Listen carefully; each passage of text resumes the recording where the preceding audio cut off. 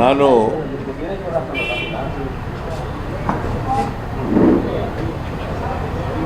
ಇಪ್ಪತ್ತೊಂದರಿಂದ ಇದರಲ್ಲಿ ಜಿಂದಾಲ್ನಲ್ಲಿ ಹೋಗಿದ್ದೆ. 10 ಡೇಸು ಅಲ್ಲಿ ಟ್ರೀಟ್ಮೆಂಟ್ಗೆ ಹೋಗಿದ್ದೆ, ನ್ಯಾಚುರೋಪತಿ ಟ್ರೀಟ್ಮೆಂಟ್ಗೆ. ಅಲ್ಲಿದ್ದರಿಂದ ಮೈಸೂರಿಗೆ ಬರಲಿಕ್ಕಾಗಿರಲಿಲ್ಲ. ಮೈಸೂರು ನಗರದಲ್ಲಿ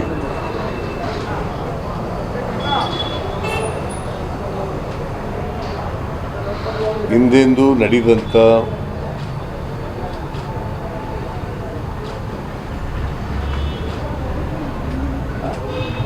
ಒಂದು ಘಟನೆ ನಡೆದೋಗಿದೆ. ಅದು 24ನೇ ತಾರೀಕು ಈ ತಿಂಗಳು ಅಲ್ಲ, ಆಗಸ್ಟ್ 24ನೇ ತಾರೀಕು ಬಿಟ್ವೀನ್ 7:30 and 8:30 ನಡೆದುಬಿಟ್ಟಿದೆ.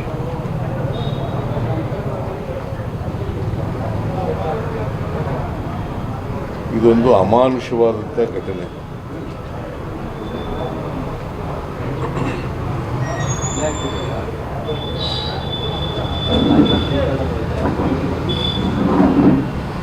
ಈ ಘಟನೆ ನಡೆದ ತಕ್ಷಣ ನಾನು ಬರಲಿಕ್ಕಾಗಲಿಲ್ಲ, because I was in the Jindal.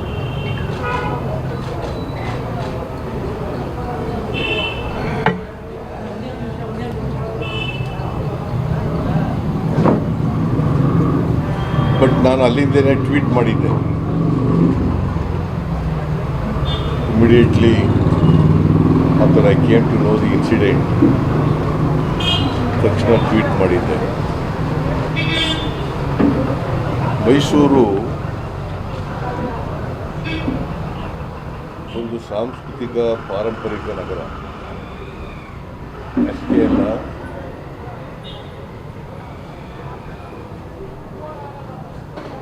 ಇದು ಒಂದು ಟೂರಿಸ್ಟ್ ಸೆಂಟರ್ ಕೂಡ, ಪ್ರವಾಸೋದ್ಯಮ ಕೇಂದ್ರ ಮತ್ತು ಶಿಕ್ಷಣ ಕೇಂದ್ರ ಕೂಡ.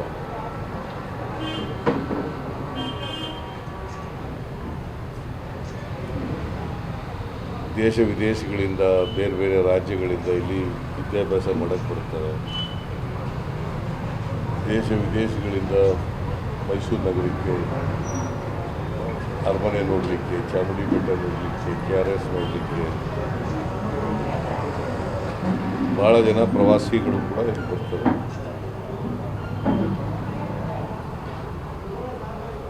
ಇಂಥ ನಗರದಲ್ಲಿ ಸರ್ಕಾರ ಮತ್ತು ಪೊಲೀಸ್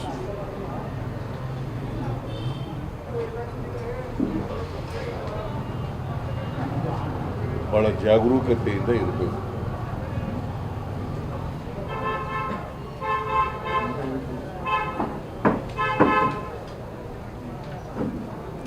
ಯಾಕ್ರಿ ಬರ್ತೀರಿ ಸುಮ್ಮನೆ?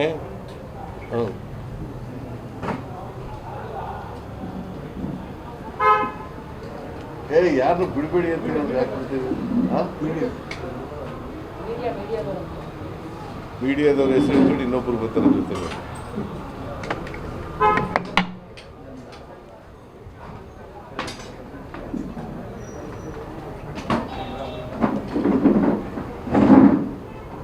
ಇದು ಡೆಲ್ಲಿನಲ್ಲಿ ನಿರ್ಭಯ ಕೇಸ್ ಆದಮೇಲೆ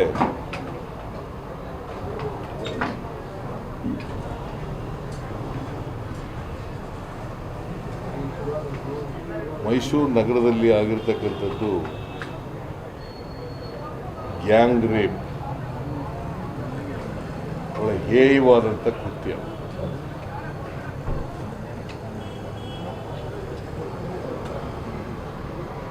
ನಾಗರಿಕ ಸಮಾಜ ತಲೆ ತಗ್ಗಿಸ್ತಕ್ಕಂಥ ಕೃತ್ಯ.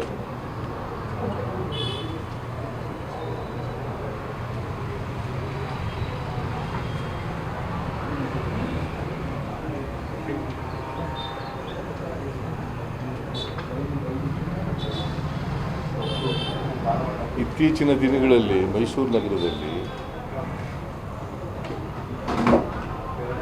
ಕೊಲೆ, ಸುಲಿಗೆ, ದರೋಡೆ, ಅತ್ಯಾಚಾರ, ಕಳ್ಳತನಗಳು ಎಲ್ಲ ರೀತಿ ಕೂಡ ಕ್ರಿಮಿನಲ್ ಅಫೆನ್ಸಸ್ಗಳು ನಡೀತಾ ಇದ್ದಾವೆ.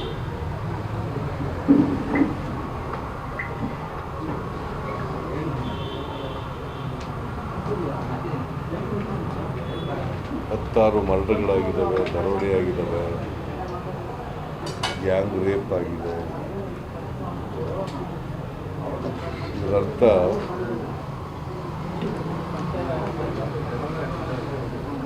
ಮೈಸೂರು ನಗರದಲ್ಲಿ ಕಾನೂನಿನ ಸುವ್ಯವಸ್ಥೆ ಮುರಿದು ಬಿದ್ದಿದೆ.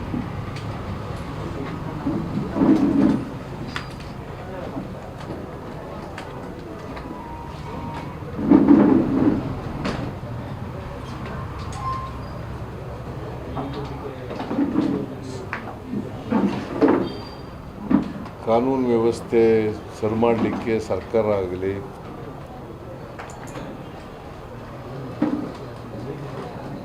ಮೈಸೂರಿನ ಪೊಲೀಸ್ನವರಾಗಲಿ ಯಾವ ಪ್ರಾಮಾಣಿಕ ಪ್ರಯತ್ನನೂ ಕೂಡ ಮಾಡಿಲ್ಲ.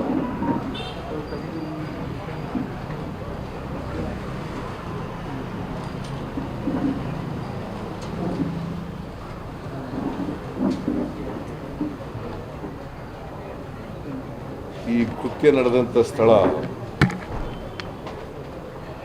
ಆಲ್ನಹಳ್ಳಿ ಪೊಲೀಸ್ ಸ್ಟೇಷನ್ ವ್ಯಾಪ್ತಿನಲ್ಲಿ ಬರ್ತದೆ.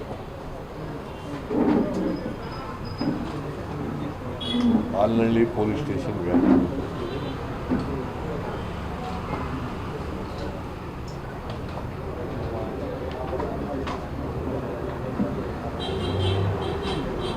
ಈ ಕೃತ್ಯ ನಡೆದ ಸ್ಥಳ ಮೇಲ್ಗಡೆ ರೋಡ್ ಇದೆ, ಪಕ್ಕದಲ್ಲೂ ರೋಡ್ ಇದೆ. ರೋಡ್ನಿಂದ ಕೃತ್ಯ ನಡೆದ ಸ್ಥಳಕ್ಕೆ ಒಂದು 79 ಮೀಟರ್ ದೂರ ಇದೆ.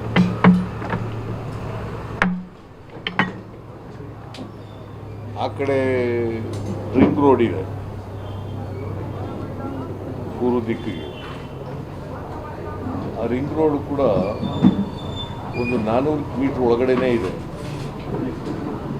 ಹೂಗಳತೆನಲ್ಲೇ ಇರ್ತಕ್ಕಂಥದ್ದು.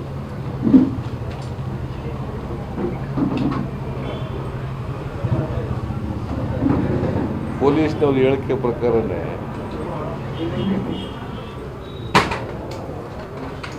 ಅಲ್ಲಿ ಸಾಯಂಕಾಲದ ವೇಳೆ ಜನ ಬರ್ತಾ ಇರ್ತಾರೆ.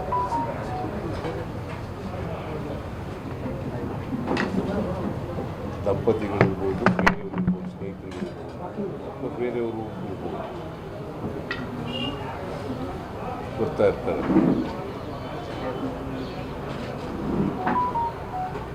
ಅದು ಸ್ವಲ್ಪ ಹೆಚ್ಚು ಸಾರ್ವಜನಿಕರು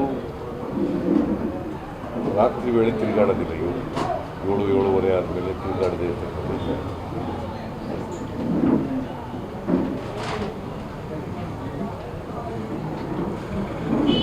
ಪೊಲೀಸ್ನವರು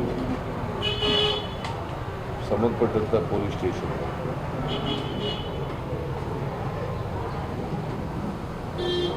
ಅಲ್ಲಿ ಅವ್ರ ಹತ್ರ ಗರುಡ ಇದೆ.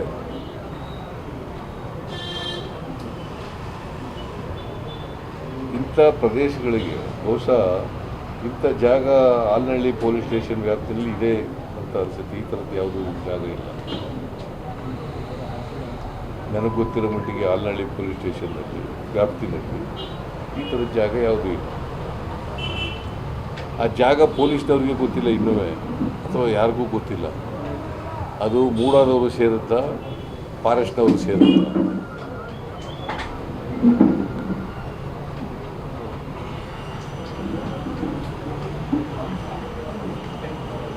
ಪೊಲೀಸ್ನವ್ರು ಕೇಳಿದ್ರೆ ನಾವು ಮೂಡಾದವ್ರಿಗೆ ಪತ್ರ ಬರೆದಿದ್ದೀವಿ, ಇನ್ನೂ ಉತ್ತರ ಕೊಟ್ಟಿಲ್ಲ. When an heinous crime is committed, ಪೊಲೀಸ್ನವ್ರ ಕೈಲಿ ಒಂದು ವಾರ ಆಯಿತು. 24ನೇ ತಾರೀಕು ನಡೆದಿರ್ತಕ್ಕಂಥದ್ದು ಘಟನೆ. ಇವತ್ತು 1ನೇ ತಾರೀಕು. 8 days ಆಯಿತು, ಇವತ್ತವರೆಗೂ ಉತ್ತರ ಸಿಕ್ಕಿಲ್ಲ ಅವ್ರಿಗೆ. ಅದು ನಗರಾಭಿವೃದ್ಧಿಯವರು ಉತ್ತರ ಕೊಟ್ಟಿಲ್ಲ. That means to say how police is serious ಅನ್ನೋದು ಅರ್ಥ ಆಗುತ್ತೆ.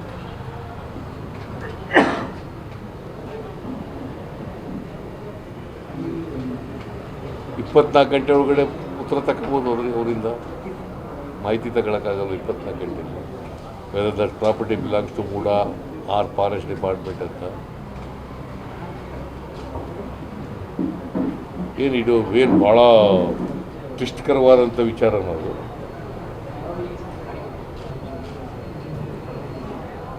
ಸೊ ಇವತ್ತಿನವರಿಗೆ ಅದು ತಗೊಂಡಿಲ್ಲ ಇವರು. ಆ ಜಾಗದಿಂದ ರಿಂಗ್ ರೋಡ್ಗೆ ಎಷ್ಟು ದೂರ ಇದೆ ಅಂತ ಇವತ್ತಿನವ್ರಿಗೆ ಅಳತೆನೂ ಮಾಡಿಲ್ಲ ಇವರು ಪೊಲೀಸ್ನವರು.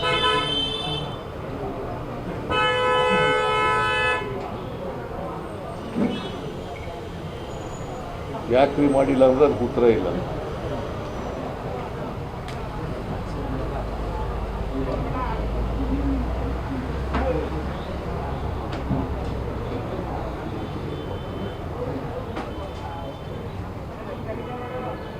ಮತ್ತು ಅವತ್ತು ಅದಾದಮೇಲೆ ಆ ಹುಡುಗನ ಹೆಸರು ಅಪ್ಪಯ್ಯ ಅಂತ.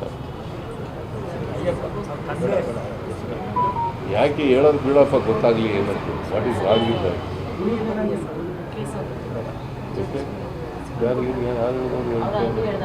ಯಾವನು ಹೇಳ್ದವನು ಹೇಳೋಣ ಸರ್. ಆ ಹುಡುಗನ ಹೆಸರು ಅಪ್ಪಯ್ಯ.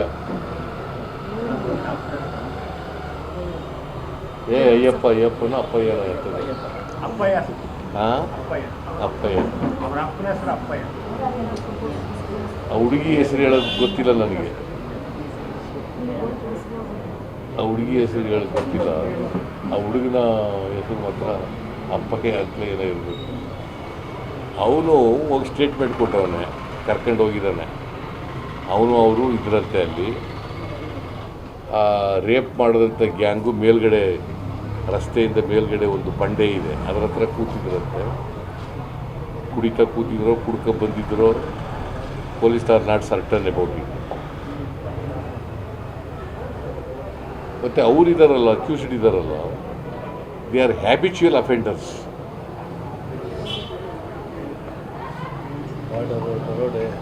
ಅವ್ರ ಮೇಲೆ ಒಬ್ಬರ ಮೇಲೆ ದರೋಡೆ ಕೇಸ್ ಇದೆಯಂತೆ, ಒಬ್ಬರ ಮೇಲೆ ಮರ್ಡರ್ ಕೇಸ್ ಇದೆಯಂತೆ, ಒಬ್ಬರ ಮೇಲೆ ಗಂಧದ ಮರ ಕಳುವಿನ ಕೇಸ್ ಇದೆಯಂತೆ. ಮೈಸೂರಿನಲ್ಲಿ ಗಂಧದ ಮರ ಕಳುವಿನ ಕೇಸು. ಈ ಥರ ದೇ ಆರ್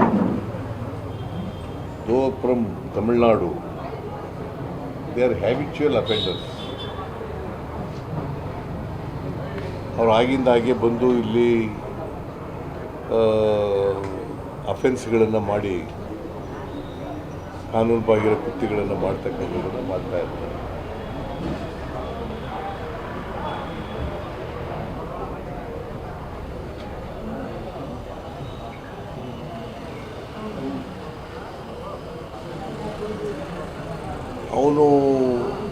ಅವನಿಗೆ ಕಲ್ಲಿನಲ್ಲಿ ಹೊಡೆದಿದ್ದಾರೆ ಅಂತ ಅವನ ಸ್ಟೇಟ್ಮೆಂಟ್. ಇವರು ಪೊಲೀಸ್ನವ್ರದ್ದಲ್ಲ, ಅವ್ರ ಸ್ಟೇಟ್ಮೆಂಟ್. ಆ ಹುಡುಗನ ಸ್ಟೇಟ್ಮೆಂಟು. ಕಲ್ಲಿನಲ್ಲಿ ಹೊಡೆದಿದ್ದಾರೆ, ಅಲ್ಲಿ ಗಾಯ ಆಗಿದೆ, ಏಟು ಬಿದ್ದಿದೆ ಹಣೆಯಲ್ಲಿ, ಏಟು ಇಂಜುರಿ ಆಗಿದೆ, ಹಣೆ ಮೇಲೆ ಏಟು ಬಿದ್ದಿದೆ. ಅವನು ಸ್ಟೇಟ್ಮೆಂಟ್ ಕೊಟ್ಟಿದ್ದಾನೆ. It is self is A first information.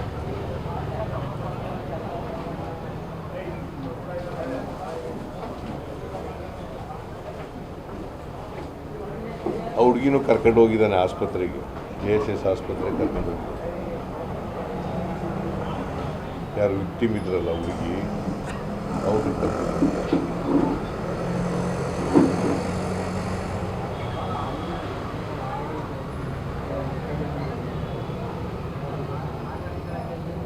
Statement ನನಗೆ ಹಲ್ಲೆ ಮಾಡಿದ್ದಾರೆ ಅಂತ ಕೊಡ್ತಾನೆ.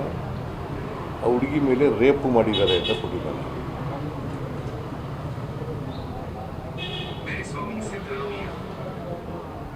ಅವರು ಅಡ್ಮಿಟ್ ಮಾಡ್ಕೊಂಡು ಆಸ್ಪತ್ರೆ ಹೋದರು. ಪೊಲೀಸರು ತಿಳಿಸಿದ್ದಾರೆ, because since it is A medico legal case ಆಗಿರೋದ್ರಿಂದ 9 ಕಾಲಲ್ಲೇ ಕಳಿಸಿ 9 ಕಾಲಿಗೆ ಅಲ್ಲಿ ಕಳಿಸಿದರು. ಮಾಲೆ ಸಹ 12ವರೆಗೆ FIR ಆಗಿರೋದು. ಭಾಳ ಅನುಮಾನಕ್ಕೆ ಎಡೆ ಮಾಡೋದೇನು ಅಂತಂದರೆ, ಪೊಲೀಸ್ನವ್ರಿಗೆ 9:30 10 ಗಂಟೆಗೆ ಇನ್ಫಾರ್ಮೇಷನ್ ಸಿಕ್ಕಿದ್ರು ಕೂಡ ಮೆಡಿಕಲ್ ಲೀಗಲ್ ಕೇಸ್ ಅಂತ ಪೊಲೀಸ್ ಅವ್ರು ಬೆಳಿಗ್ಗೆ ಕೊಟ್ಟರು ಅಂತ ಹೇಳ್ತಾರೆ ಪೊಲೀಸ್ನವರು. ಬಟ್ ರಾತ್ರಿಯೇ ಕೊಟ್ಟಿರೋದು ಅವ್ರ statement. Because he was conscious ಆಗಿಲ್ಲ, ಆಗಲೇ ಸ್ಟೇಟ್ಮೆಂಟ್ ಕೊಟ್ಟಿದ್ದಾರೆ. ರಾತ್ರಿ 10 ಗಂಟೆ ಅಷ್ಟೊತ್ತಲ್ಲಿ ಸ್ಟೇಟ್ಮೆಂಟ್ ಕೊಟ್ಟಿದ್ದಾರೆ. ಇವ್ರು ಹೇಳೋದು ಬೆಳಿಗ್ಗೆ ಯಾವಾಗ ಕೊಟ್ಟ ಅಂತ. ಬಟ್ ರಾತ್ರಿ ಹೊತ್ತೇ ಕೊಟ್ಟಿದ್ದಾನೆ ಸ್ಟೇಟ್ಮೆಂಟ್ ಕೊಟ್ಟ ಮೇಲೆ. ಅವರು 12 ಗಂಟೆ ಮೇಲೆ FIR ರಿಜಿಸ್ಟರ್ ಮಾಡ್ಕೊಂಡಿದ್ದಾರೆ. FIR ಆಗಿರೋದು ರಿಜಿಸ್ಟರ್ ಆಗಿರೋದು 12 ಗಂಟೆ ನಂತರ, ನೆಕ್ಸ್ಟ್ ಡೇ, ಅದು 25 ಮಧ್ಯಾಹ್ನ 12 ಗಂಟೆ ಮೇಲೆ FIR ಆಗಿದೆ. That means to say there is a gap of more than 12 hours, 15 hours, nearly 15 hours.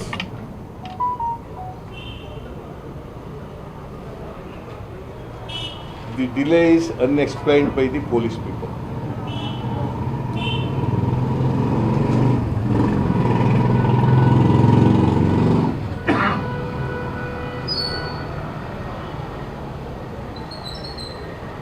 There are no genuine reasons for delay.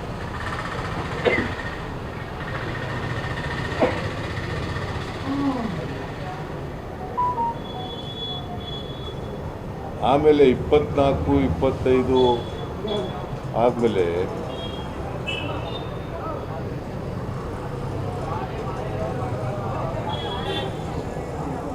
ಅವರಿಬ್ಬರು ಕೂಡ ಡಿಸ್ಚಾರ್ಜ್ ಆಗಿಬಿಟ್ಟಿದ್ದಾರೆ. 27ನೇ ತಾರೀಕು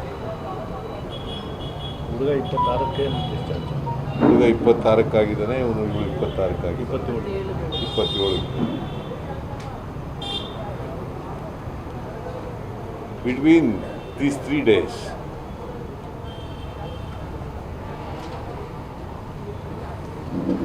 ಅವನ ಸ್ಟೇಟ್ಮೆಂಟ್, ಹುಡುಗನ ಸ್ಟೇಟ್ಮೆಂಟನ್ನು ತಗೊಂಡಿದ್ದಾರೆ. ಅದೇ ಹುಡುಗಿ ಸ್ಟೇಟ್ಮೆಂಟ್ ತಗೊಂಡಿಲ್ಲ ಪೊಲೀಸ್ನವರು.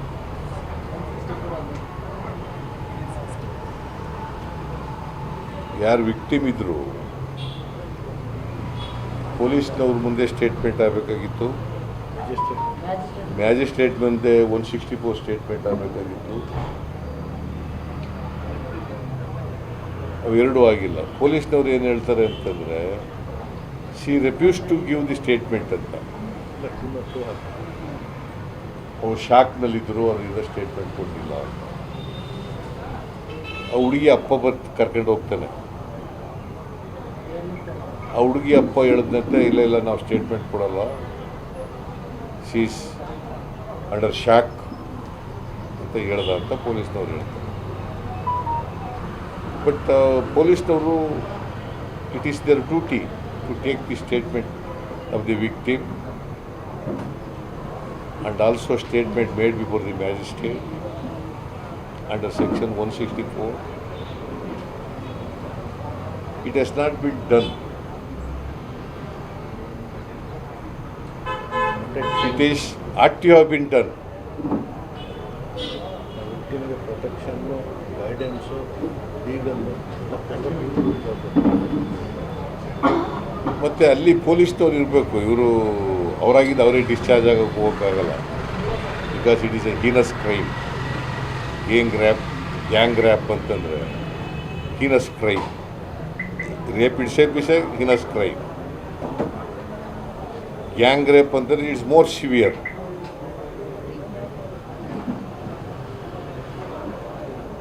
ಹುಡುಗಿ ಇದು ಒಂದು ವೇಳೆ ನಾನು ಕೇಳಿದೆ ಪೊಲೀಸ್ನವರಿಗೆ, ಅಲ್ಲಪ್ಪ ಅವ್ರು ಕೊಡಲ್ಲ ಅಂತ ಹೇಳಿದ್ರೆ ನೀವೇನು ಮಾಡ್ತಾಯಿದ್ರಿ? ನಿಮಗೆ law provides the police people can book a case against them. If anybody refuses to give the statement, police can book a case against them. The person who refuses. ಅವ್ರ ಮೇಲೆ ಮಾಡ್ತೀವಿ ಹಾಂ ಸಂತ್ರಸ್ತ ಮೇಲೆ ಕೇಸ್ ತಾಳ ಆಮೇಲೆ ಕೇಳುವೆ ತಾಳೆ ಇಲ್ಲೇ ನನಗೆ ಕನ್ಫ್ಯೂಷನ್ ಆಗ್ಬಿಡುತ್ತೆ ನಿನಗಿಂತ ಜಾಸ್ತಿ ಅವಕಾಶ ಇದೆ. ಕಾನೂನಲ್ಲಿ ಅವಕಾಶ ಇದೆ ಅಂತ ಹೇಳಿದ್ದು ನಿನಗೆ.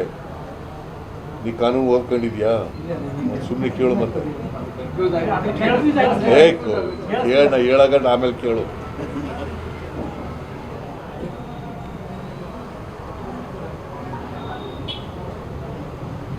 ಅದು ಮಾಡಿಲ್ಲ. ಸೊ ಏನಾಗ್ತದೆ, ಅನುಮಾನಕ್ಕೆ ಎಡೆ ಮಾಡಿಕೊಡ್ತದೆ. Why the police have not obtain the statement of the victim.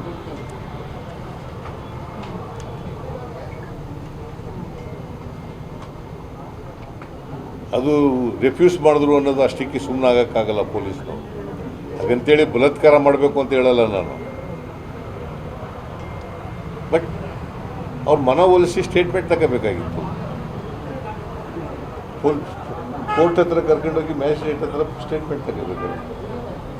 Magistrate ಮುಂದೆ ಪ್ರೊಡ್ಯೂಸ್ ಮಾಡಿ ನಿರ್ಭಯ ಕೇಸಲ್ಲಿ ಅವ್ರು in the presence of the magistrate statement ತಗೋ, ಅಥವಾ ಬೇರೆ ಜಾಗದಲ್ಲಿ ಎಲ್ಲರೂ ಕೂಡ ತಗೋಬೋದು ಮ್ಯಾಜಿಸ್ಟ್ರೇಟ್. ಅದಕ್ಕೆ ಕೋರ್ಟ್ಗೆ ಹೋಗ್ಬೇಕು ಅಂತ ಏನಿಲ್ಲ. ನಿರ್ಭಯ ಕೇಸಲ್ಲಿ ಮ್ಯಾಂಡೇಟ್ರಿ ಮಾಡಿದ್ದಾರೆ. And it is mandatory.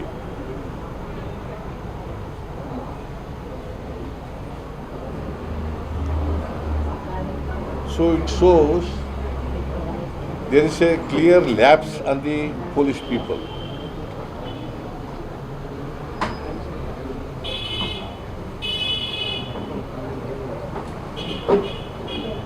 Solution ಒಂದು ಗ್ರೂಪ್ ಅಂತೇಳಿ ನಿಮ್ಮ ಸರ್ಕಾರದಲ್ಲಿ ನಿರ್ಭಯ ಕೇಸ್ ಆತಂಕ. See, there are guidelines by the Verma Commission.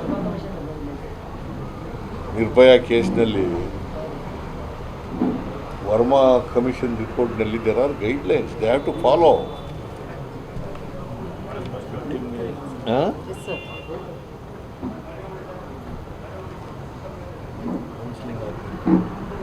ಆಮೇಲೆ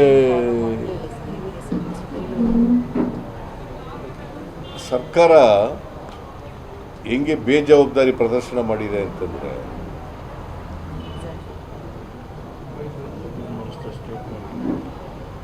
ಅವನು ಹೋಮ್ ಮಿನಿಸ್ಟ್ರು ಬರ್ತಾರೆ, ಫಸ್ಟ್ ಸ್ಟೇಟ್ಮೆಂಟ್ ಯಾಕೆ ಹೋಗಿದ್ಲು ಅವರು? ಅದೇನೆ ಹೋಮ್ ಮಿನಿಸ್ಟ್ರು ಬರ್ತಾರೆ, ರಾತ್ರಿ ಬಂದು ಉಳಿತಾರೆ ಬೆಂಗಳೂರಿನಲ್ಲಿ. ಉಳಿದು ಅಲ್ಲಿ ಬರೋದು ಯಾತಿಗೆ, ಇಲ್ಲಿ ಹೀನಸ್ ಕ್ರೈಮ್ ಆಗಿದೆ, ಗ್ಯಾಂಗ್ ರೇಪ್ ಆಗಿದೆ ಮೈಸೂರಿನಲ್ಲಿ ಅಂತ ಹೇಳ್ಬಿಟ್ಟು ಬರೋದು.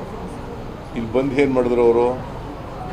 ಬೆಳಗ್ಗೆ ಎದ್ದರು, ಸ್ನಾನ ಮಾಡಿದ್ರು ಆರಾಮಾಗಿ, ಚಾಮುಂಡಿ ಬೆಟ್ಟಕ್ಕೆ ಹೋದರು, ಪೂಜೆ ಮಾಡಿದ್ರು, ಚಾಮುಂಡಿ ಬೆಟ್ಟದಿಂದ ಬಂದರು, ಪೊಲೀಸ್ ಅಕಾಡೆಮಿಗೆ ಹೋದರು, ಪೊಲೀಸ್ ಅಕಾಡೆಮಿನಲ್ಲಿ ಟ್ರೈನಿಂಗು ಎಲ್ಲ ನೋಡ್ತಾ ಇರೋದೆಲ್ಲ ನೋಡಿದ್ರು. ಅಲ್ಲಿ ಇವರು ಕೂಡ ಒಂದು ಎಲ್ಲ ಫೋರ್ಸ್ ಕೊಟ್ಟರು ಗನ್ ಹಿಡ್ಕೊಂಡು. ಆಮೇಲೆ ಅಲ್ಲಿಂದ ಅವ್ರ ಕಾರ್ಯಕರ್ತರು ನೋಡಿದ್ರು. ಆಮೇಲೆ ಐ ಜಿ ಆಫೀಸ್ಗೆ ಹೋದರು. ಐ ಜಿ ಆಫೀಸ್ನಲ್ಲಿ ಒಂದು ಮೀಟಿಂಗ್ ಮಾಡಿದ್ರು. ಆಮೇಲೆ ಸ್ಥಳಕ್ಕೆ ಹೋಗ್ತಾರೆ. ಆಮೇಲೆ ಪಾರ್ಟಿ ಆಫೀಸ್ ನಂತರ ಪಾರ್ಟಿ ಆಫೀಸ್ಗೆ ಹೋಗ್ಬಿಟ್ಟು ಆಮೇಲೆ ನಂತರ ಹೋಗ್ತಾರೆ. ಹೂ ಸೀರಿಯಸ್ ದಿ ಹೋಮ್ ಮಿನಿಸ್ಟರ್? ಎಲ್ಲರೂ ಹೋಗ್ಬೇಕಾದ್ರೆ ಎಷ್ಟು ಸೀರಿಯಸ್ ಇದ್ದಾರೆ ನೋಡ್ರಿ. How serious is. ಆಮೇಲೆ ಅಲ್ಲಿ ಹೋಗ್ಬಿಟ್ಟು he made A childish statement and most irresponsible statement.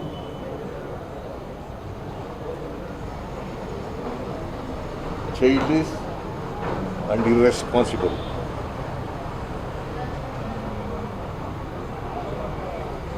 ಏನಂತ ಹೇಳೋದು? ಹೆಣ್ಮಕ್ಳು ಇಂಥ ನಿರ್ಜನವಾದಂಥ ಪ್ರದೇಶಕ್ಕೆ ಬರಬಾರ್ದಾಗಿತ್ತು. ಮಹಾತ್ಮ ಗಾಂಧೀಜಿಯವರು ಏನು ಹೇಳ್ತಾರೆ? ದೇಶಕ್ಕೆ ಸ್ವಾತಂತ್ರ್ಯ ಬಂದಾಗ, ನಮ್ಮ ದೇಶಕ್ಕೆ ಸ್ವಾತಂತ್ರ್ಯ ಬಂದದಕ್ಕೆ ಅರ್ಥ ಬರಬೇಕಾದ್ರೆ ಹೆಣ್ಣುಮಕ್ಕಳು ಮಧ್ಯರಾತ್ರಿನಲ್ಲಿ ನಿರ್ಭಯವಾಗಿ ತಿರುಗಾಡೋ ಅಂಥ ವ್ಯವಸ್ಥೆ ಇರಬೇಕು. ಆಗ ಮಾತ್ರ ಸ್ವಾತಂತ್ರ್ಯ ಬಂದೋದಕ್ಕೆ ಅರ್ಥ ಬರ್ತದೆ. ಈ ಮನುಷ್ಯ being A home minister he made A statement. ಹೆಣ್ಮಗಳು ಅಲ್ಲಿ ಹೋಗಬಾರ್ದಾಗಿತ್ತು. ಅವನು ಯಾವನ ಮೈಸೂರು ಯೂನಿವರ್ಸಿಟಿ ವೈಸ್ ಚಾನ್ಸಲರ್ ಅಂತೆ, ನನಗೆ ಗೊತ್ತಿಲ್ಲ. ಅವನು ಸರ್ಕ್ಯುಲರ್ ಓಡಿಸ್ತಾರೆ, ಹೆಣ್ಮಕ್ಳು 6 ಗಂಟೆ ಮೇಲೆ ತಿರುಗಾಡಬಾರ್ದು. See it is such a police irresponsible childish statement. ಇವರು ಈ ರಾಜ್ಯದ ಹೋಮ್ ಮಿನಿಸ್ಟರ್ ಆಗಲಿಕ್ಕೆ ಅರ್ಹರ ಅಂತಕ್ಕಂಥ ಪ್ರಶ್ನೆ ಸ್ವಾಭಾವಿಕವಾಗಿ ಯಾರು ಕೂಡ ಕೇಳ್ತಾರೆ. ನನ್ನ ಪ್ರಕಾರ ದಟ್ ಮಿನಿಸ್ಟರ್ ಇಮಿಡಿಯೇಟ್ಲಿ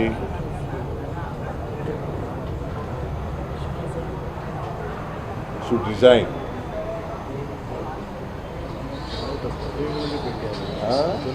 ಆಮೇಲೆ ಇಲ್ಲಿ ಇದ್ರಲ್ಲ ಮೈಸೂರು ಸಿಟಿ ಚುನಾಯಿತ ಪ್ರತಿನಿಧಿಗಳನ್ನ ಕರೆದು ಒಂದು ಮೀಟಿಂಗ್ ಮಾಡಬೇಕಲ್ಲ. 15 ದಿವಸದಲ್ಲಿ 2-3 ಮರ್ಡರ್ ಆಗಿದೆ, ಮರ್ಡರ್ಗಳಾಗಿದ್ದಾವೆ, ದರೋಡೆ ಆಗಿದೆ, ಕೊಲೆಗಳಾಗಿದ್ದಾವೆ, ಸುಲಿಗೆಗಳಾಗ್ತಾ ಇದ್ದಾವೆ, ಶೂಟೌಟ್ ಆಗಿದೆ. ಒಂದು ಮೀಟಿಂಗ್ ಮಾಡದೆ ಹೋಗ್ತಾರೆ ಅಂತಂದಮೇಲೆ ಇವರು ಕಾಟಾಚಾರಕ್ಕೆ ಬಂದು ಪಬ್ಲಿಕ್ ಕನ್ಸಂಪ್ಷನ್ಗೋಸ್ಕರ ನಾವು ಹೋಗಿದ್ದೆ, ಭೇಟಿ ಕೊಟ್ಟಿದ್ದೆ, ಡಿ ಜಿ ಬಂದಿದ್ದರು, ಅವ್ರ ಜೊತೆ ಹೋಗಿದ್ದೆ, ಅವ್ರ ಜೊತೆ ಒಂದು ಕೂತ್ಕೊಂಡು ಸ್ಟೇಟ್ಮೆಂಟ್ ಮಾಡಿಬಿಟ್ಟು ಹೋದೆ ಅಂತ ಹೇಳಕ್ಕೆ ಬರಬೇಕು ಇವರು. See you should not continue as a home minister. Is not deserved.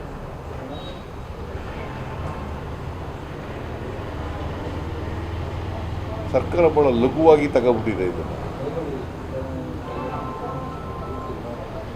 Nirbhaya case ಆದಮೇಲೆ ನಡೆದಿರ್ತಕ್ಕಂಥ ಇನ್ಸಿಡೆಂಟು, ಆಂಧ್ರದಲ್ಲಿ ಒಂದು ಇನ್ಸಿಡೆಂಟ್ ಆಗಿತ್ತು, ಅದಾದಮೇಲೆ ಇದು ನಡೆದಿರ್ತಕ್ಕಂಥ ಇನ್ಸಿಡೆಂಟ್. ಅಷ್ಟಾದರೂ ಇವರಿಗೆ ಭಯ ಇಲ್ಲ, ಸೀರಿಯಸ್ನೆಸ್ ಇಲ್ಲ, ಗಂಭೀರವಾಗಿ ಪರಿಗಣಿಸಿಲ್ಲ. ಹೆಣ್ಮಕ್ಳಿಗೆ ರಕ್ಷಣೆ ಇಲ್ಲದೆ ಇರ್ತಕ್ಕಂಥ ಪರಿಸ್ಥಿತಿ ಇವತ್ತು ನಿರ್ಮಾಣ ಆಗಿದೆ. ನಾನು ಕೇಳಿದೆ, ಆ ಪ್ರದೇಶದಲ್ಲಿ ಪೊಲೀಸ್ನವ್ರು ಗಸ್ತು ತಿರುಗಬೇಕಲ್ವ, ಗಸ್ತು ಇಲ್ಲ.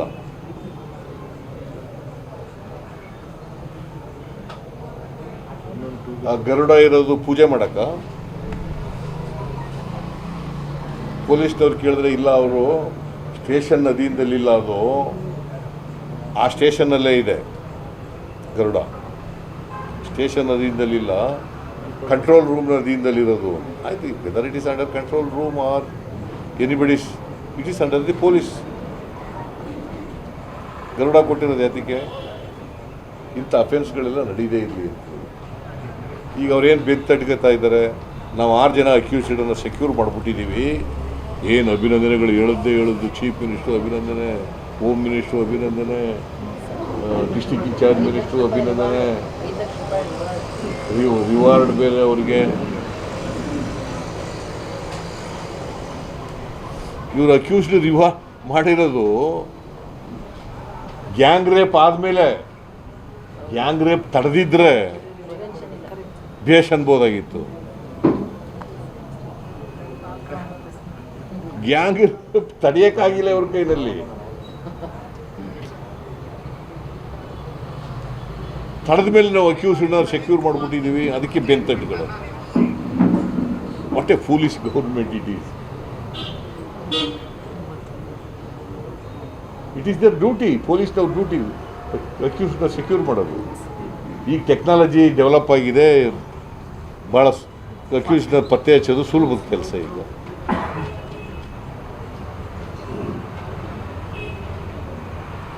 ಹಿಂದೆ ಈ ಥರ ಇಲ್ಲ. ಈಗ ಅಕ್ಯೂಸ್ಡ್ ಟ್ರೇಸ್ ಮಾಡೋದು, ಸೆಕ್ಯೂರ್ ಮಾಡೋದು ಮೊದಲು ಕಷ್ಟ ಇಲ್ಲ. ಈಗ ಇಟ್ ಈಸ್ ದರ್ ಡ್ಯೂಟಿ ಅಕ್ಯೂಸ್ಡ್ನೆಸ್ ಮಾಡೋದು.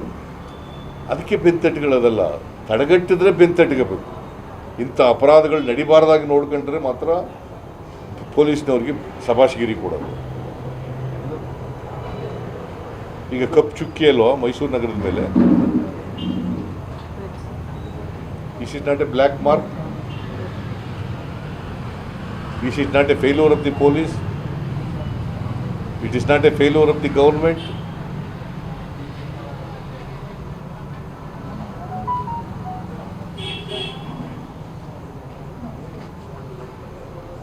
According to me, the government is miserably failed in maintaining law and order. The police is miserably failed. Particularly the Mysore City Police is miserably failed.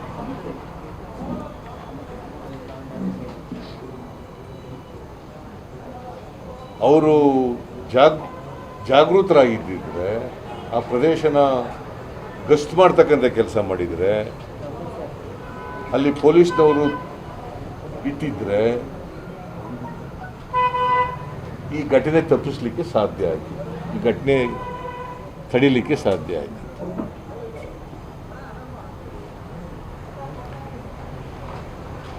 ಆಮೇಲೆ ಅನೇಕ ಅನುಮಾನಗಳೀಗ ಹುಟ್ಟುಕೊಳ್ತಾ ಇದ್ದಾವೆ.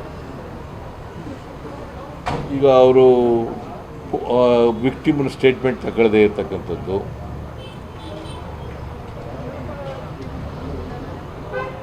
ಅವರನ್ನು ಪೊಲೀಸ್ನವರು ಹೇಳ್ದೆ ಕೇಳದೆ ಅವ್ರನ್ನ ಡಿಸ್ಚಾರ್ಜ್ ಮಾಡಿಸ್ಬಿಟ್ಟಿರ್ತಕ್ಕಂಥದ್ದು. ಪೊಲೀಸ್ನವ್ರು ಇರ್ತಾರಲ್ಲ ಅಲ್ಲಿ, ಪೊಲೀಸ್ನವ್ರಿಗೆ ಹೇಳಿದೆ ಕಣ್ ತಪ್ಪಿಸ್ಕೊಂಡು ಹೋಗೋಕ್ಕಾಗತ್ತಾ? ಪೊಲೀಸ್ನವ್ರು ಇಟ್ಟಿರ್ಬೇಕಲ್ಲ. ಮೆಡಿಕಲ್ ಲೀಗಲ್ ಕೇಸ್ ಆಗಿದೆ, ಗ್ಯಾಂಗ್ ರೇಪ್ ಆದಮೇಲೆ ಅಲ್ಲಿ ಪೊಲೀಸ್ನವ್ರು ಇದ್ದೇ ಇರ್ತಾರೆ. ವಿಕ್ಟಿಮ್ಮು ಅಡ್ಮಿಟ್ ಆಗಿರೋ ಕಡೆ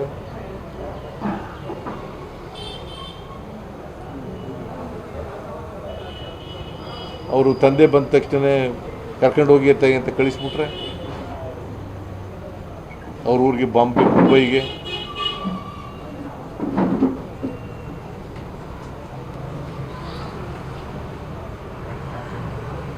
ಈ ಸರ್ಕಾರ ಇವರ ಬೇಜವಾಬ್ದಾರಿತನ, ಇವರ ನಿರ್ಲಕ್ಷ್ಯ, ಇವ್ರ ಸ್ಟೇಟ್ಮೆಂಟ್ಗಳು ಇವೆಲ್ಲ ನೋಡಿದ್ರೆ, ಪೊಲೀಸ್ನವರು ವಿಕ್ಟಿಮ್ನ ಹೆಣ್ಮಗಳ ಸ್ಟೇಟ್ಮೆಂಟ್ ತಗೊಳ್ಳದೇ ಇರೋದು ನೋಡಿದ್ರೆ, ಸರ್ಕಾರ ಇದನ್ನು ಮುಚ್ಚಾಕ್ಲಿಕ್ಕೆ ಪ್ರಯತ್ನ ಮಾಡ್ತಾ ಇದೆ ಅಂತ ಹೇಳಿ ನನಗನ್ಸುತ್ತೆ.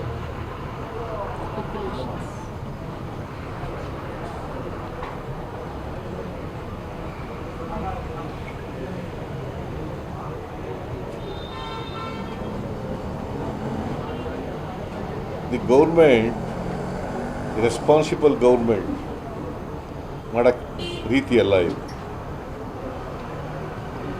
ರೆಸ್ಪಾನ್ಸಿಬಲ್ ಗೌರ್ಮೆಂಟ್ ಮಾಡೋ ರೀತಿ ಅವ್ರು ಮಾಡೋ ಕ್ರಮ ಅಲ್ಲ ಇದು. But I am going to raise it in the assembly.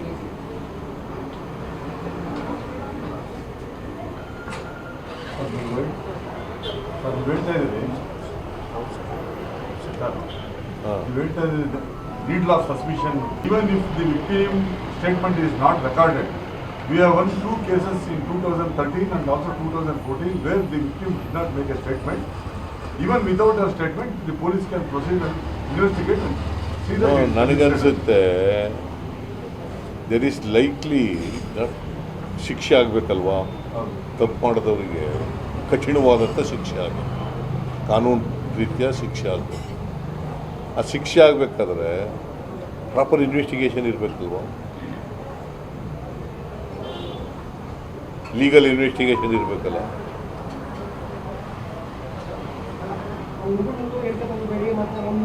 ವಿಚಾರಣೆ ಮಾಡಬೇಡಿ ಅಂತಂದು ಪೊಲಿಟಿಕಲ್ ಪ್ರೆಷರ್ ಆಗ್ತಾ ಇದೆ. ಯಾರ ಮೇಲೆ? ಹುಡುಗನ ಮೇಲೆ ಹೇಳಿಕೆಯನ್ನು ತಗೋಬೇಡಿ ಅಂತ. ಯಾರು? ಪೊಲಿಟಿಕಲ್ ಪ್ರೆಷರ್ ಆಗ್ತಾ ಇದೆ. I don't know. ಅದು ಹೇಳ್ತಾರೆ, ಜನ ಹೇಳ್ತಾರೆ ಹಂಗೆ ಪೊಲಿಟಿಕಲ್ ಪ್ರೆಷರ್ ಇದೆ ಅಂತ ಹೇಳ್ತಾರೆ. ಐ ಡೋಂಟ್ ನೋ, ಬಿಕಾಸ್ ಗೊತ್ತಿಲ್ಲದೆಲ್ಲ ಹೇಳ್ಬಾರ್ದು ನಾನು. ಬಿಕಾಸ್ ಐ ಡೋಂಟ್ ಹ್ಯಾವ್, ನನಗೆ ಮಾಹಿತಿ ಇಲ್ಲ ಅದ್ರ ಬಗ್ಗೆ, ಸಾಕಷ್ಟು ಮಾಹಿತಿ ಇಲ್ಲ ನನಗೆ. ಎಸ್ ಎ ಲೇ man, if I look at the entire incident and glance the incident, ನನಗೇನು ಅನಿಸುತ್ತೆ ಅಂತಂದರೆ ಈ ಅನುಮಾನಗಳೆಲ್ಲ ಉದ್ಭವ ಆಗ್ತವೆ. ಸರ್ಕಾರ ನಡ್ಕೊಳ್ತಕ್ಕಂಥ ರೀತಿ ನೋಡಿದ್ರೆ ಅನುಮಾನಗಳು ಉದ್ಭವ ಆಗ್ತವೆ. Now, will you demand an higher probe? Since you don't have trust in Karnataka police, will you demand an higher probe from some other agency? No, ಅದು ಆಮೇಲೆ ನೋಡೋಣ. ಅಸೆಂಬ್ಲಿನಲ್ಲಿ ರೈಸ್ ಮಾಡಿದಾಗ ನಾನು ಇವ್ರದ್ದು ಎಲ್ಲ ನೋಡ್ಕೊಂಡು, ಮುಂದೆ ಇವರು ಡೆವಲಪ್ಮೆಂಟ್ ಎಲ್ಲ ನೋಡ್ಕೊಂಡು ಐ ವಿಲ್ ಡಿಸೈಡ್. ಬಿಕಾಸ್ ಪೊಲೀಸ್ನವ್ರು ಇಲ್ಲಿವರೆಗೆ ನಡೆದಿರೋದ್ರ ಬಗ್ಗೆ ಮಾತಾಡಿದ್ದೀನಿ ನಾನು, ಏನೇನಾಗಿದೆ ಅನ್ನೋದ್ರ ಬಗ್ಗೆ ಮಾತಾಡಿದ್ದೀನಿ.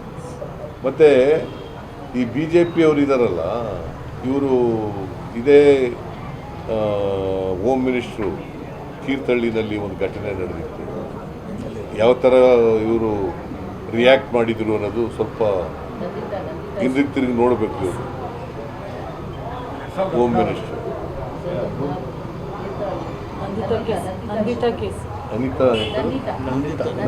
ನಂದಿತಾ ಕೇಸ್ ನಾವಿದ್ದಾಗ ಅದು ರೇಪ್ ಆಗಿರಲಿಲ್ಲ ಆ್ಯಕ್ಚುಲಿ, ಬಟ್ ಆದರೂ ದೊಡ್ಡ ಗಲಾಟೆ ಆಯಿತು. ನಾನು ಸಿ ಬಿ ಐ ಕೊಟ್ಬಿಟ್ಟಿದ್ದೆ. ನೋಡೋಣ, ನಾನು ಡೆವಲಪ್ಮೆಂಟ್ ನೋಡ್ಕೊಂಡು I will decide, but I am going to raise it in the assembly seriously. ಇಡೀ ಸಿಚುವೇಶನ್ ರೀತಿ ನೋಡ್ತಾ ಇದ್ದಾರೆ, ತನಿಖೆಯವರು ಗೆಲ್ಬೋದು ಅಂತ ಈ ಅಕ್ಯೂಸ್ಡ್ಗಳಿಗೆ ಶಿಕ್ಷೆ ಕೊಡಿಸ್ಬೋದು ಅನಿಸುತ್ತೆ. ಈಗಲೇ it is too early to make a statement on that, because ಇನ್ನೂ ಇನ್ವೆಸ್ಟಿಗೇಷನ್ ಕಂಪ್ಲೀಟ್ ಆಗಿಲ್ವಲ್ಲ. ಇನ್ವೆಸ್ಟಿಗೇಷನ್ ಕಂಪ್ಲೀಟ್ ಆಗಿ ಚಾರ್ಜ್ ಶೀಟ್ ಹಾಕಿದ ಮೇಲೆ ತಾನೇ ಗೊತ್ತಾಗೋದು. ಸ್ಥಳದಲ್ಲೇ ಸಾಕಷ್ಟು ಲ್ಯಾಬ್ಸ್ಗಳಿತ್ತು, ಆ ವಿಚಾರವಾಗಿ ಕೇಳ್ತಾರೆ. ಯಾಕಂದ್ರೆ ಅವ್ರಿಗೆ ಇನ್ನೂ ನಾನು ಕುಡಿಯಲ್ಲ ಇದನ್ನು ಟೀ ನಿಮಗೆಲ್ಲ ಟೀ ಕೊಟ್ರಾ? ನಾನು ಕುಡಿಲ್ಲ. If you don't mind sir, ಹೇಳಿದ್ರೆ 164 ಏನು ಸ್ಟೇಟ್ಮೆಂಟ್ ಆಗಿಲ್ಲ, ಆಕೆ ಯಾವುದೇ ರೀತಿ ಮಾಹಿತಿ ಇದನ್ನೆಲ್ಲ ನೋಡಿದ್ರೆ ಏನಾದ್ರು ಕೋರ್ಟಲ್ಲಿ ಅವ್ರಿಗೆ ಶಿಕ್ಷೆಯಿಂದ ಪಾರಾಗ್ಬಿಡ್ತಾರ ಅಂತ. ಹುಡುಗಿ ಇನ್ನೂ ಕೂಡ ತಗೊಂಡೋಗಲು ಆಮೇಲೆ ಕೂಡ ಹೋಗೋದು.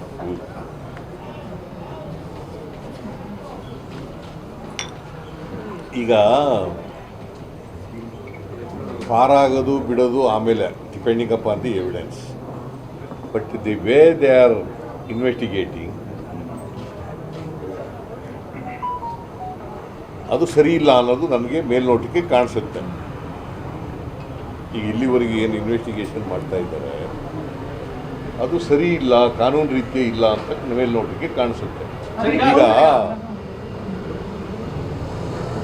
ಆಫ್ಟರ್ 15 hours FIR ಹಾಕಬೇಕಾದ್ರೆ what made them, what compelled them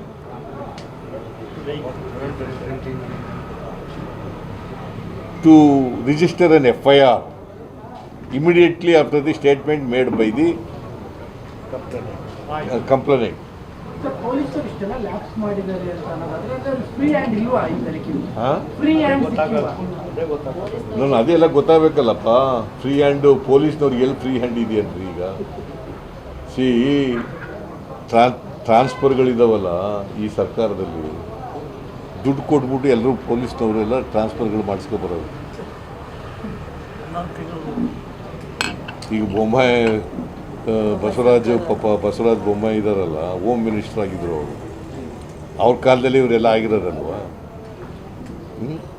ನೀವು ಅಧಿಕಾರದಲ್ಲಿ ಇದ್ದಾಗ ಬಿಜೆಪಿ ಅವರ ಹಂಗೆ ನಮ್ಮ ಕಾಲದಲ್ಲಿ ಅದು ತೋರಿಸ್ಬೇಕಾಗಿತ್ತಲ್ವಾ? ಈಗ ನಾನು ಪೊಲೀಸ್ನವ್ರ ಕೈಲಿ ವಿಡಿಯೋ ರೆಕಾರ್ಡ್ ಮಾಡಿ ಹೇಳಿಸ್ಲಾ, ನಿಮಗೆ ತೋರಿಸ್ಲಾ ಎಷ್ಟೆಷ್ಟು ದುಡ್ಡು ಕೊಟ್ಬಿಟ್ಟು ಬಂದವ್ರೆ ಅಂತ? ಹುಡುಗಿ ವಿಚಾರ ಮಾತಾಡೋದಾದ್ರೆ ಆ ಹುಡುಗಿ ಮತ್ತು ಆ ಹುಡುಗಿ ಮನೆಯವರಿಬ್ರು ಇಂಟೆನ್ಷನ್ಲಿ ಹೇಳಿಕೆ ಕೊಟ್ಟಿಲ್ಲ ಅನ್ನುವಂತ ಮಾತಾಡಿದ್ರು. ಇಂಟೆನ್ಷನ್ಲಿ ಕೊಟ್ಟಿಲ್ಲ ಅಂತ ಸರ್, ಅಂದ್ರೆ ಈ ಕೇಸಸ್ ಆ ಥರ ಹೇಳಿದಾರ? ಹೌದು ಸರ್. ಅಂದ್ರೆ ಪೊಲೀಸ್ಗೆ ಅವ್ರು ಕೋಪರೇಟ್ ಮಾಡುವ ದೃಷ್ಟಿನಲ್ಲಿ ಹುಡುಗಿ ಆಗ್ಲಿ ಹುಡುಗಿ ತಂದೆ ಆಗ್ಲಿ ಯಾವ ಹಂತದಲ್ಲಿ ನೋಡಪ್ಪ, ಪ್ರಿಸಂಪ್ಷನ್ ಏನು ಅಂತ ಅನ್ಸುತ್ತಂದ್ರೆ, the police people deliberately they did not obtain the statement of the victim ಅಂತ ಅನಿಸುತ್ತೆ ನನಗೆ. ಗೊತ್ತಾಯ್ತು ನೀ ಹೇಳೋದಕ್ಕೆ? ದಿ ಪ್ರಿಸಮ್ಸ್ ಒನ್ ಕುಡ್ ಪ್ರಿಸೂಮ್ ಏನು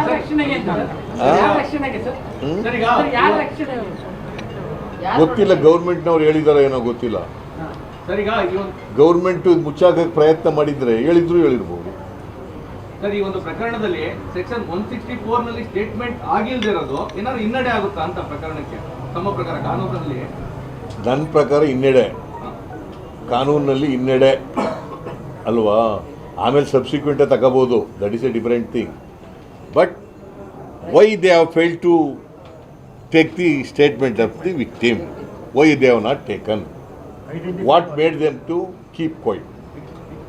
ಅಟ್ಲೀಸ್ಟ್ 164 ಮಾಡಿಸ್ಬೋದಾಗಿತ್ತಲ್ವಾ ಅಂತ ಮ್ಯಾಜಿಸ್ಟ್ರೇಟ್ ಹತ್ರ ಕರ್ಕೊಂಡು ಹೋಗಿದ್ರೆ ಹುಡುಗಿ ಹೇಳಲೇಬೇಕಾಗಿತ್ತಲ್ವಾ? ಬಾಯ್ ಬಿಡಿಸ್ತಾರೆ ಅಂದ್ರೆ ಬಾಯಿ ಬಿಡಿಸೋದು ಬೇಡಪ್ಪ, ಕರ್ಕೊಂಡು ಹೋಗಿದ್ರೆ ಹೇಳ್ತಿದ್ರಲ್ಲ, ಅವ್ರ ತಂದೆ ಕನ್ವಿನ್ಸ್ ಮಾಡಬೇಕಾಗಿತ್ತು. No it is a serious matter. It has ಕೋರ್ಟ್ಗೆ ಈಗಾಗಲೇ ನಾವು FIR ಆಗಿದ್ದೀವಿ, ಚಾರ್ಜ್ ಶೀಟ್ ಹಾಕಲೇಬೇಕು, ಇನ್ವೆಸ್ಟಿಗೇಷನ್ ಮಾಡಬೇಕಾಗತ್ತೆ, ಇಟ್ ಈಸ್ ನೆಸಸರಿ ಅಂತ ಹೇಳಬೇಕಾಗಿತ್ತು. The police people, it is their duty.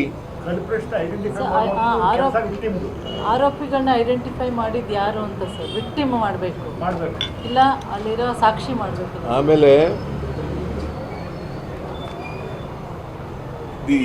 The entire ನೀವು ಇದನ್ನು ನೋಡಿದ್ರೆ ಪ್ರೇಮ ಪೇಶಿ it looks,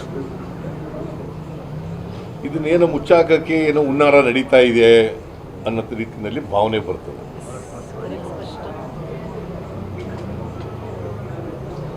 No. What is the purpose? What is the purpose to accept the case? Whether to save the face of the government? But I do not know the reason, purpose ಗೊತ್ತಿಲ್ಲ ನನಗೆ. It is because Mysuru ಅಂತ ನಗರದಲ್ಲಿ gang rape ನಡೆದಿದೆ, ಅದು ಅದರ ಸರ್ಕಾರದ ಮೇಲೆ ಕಪ್ಪು ನೆರಳು ಕರಿ ನೆರಳು ಬೀಳ್ತದೆ, ಆ ಥರ ಭಾವನೆ ಇರ್ಬೋದು.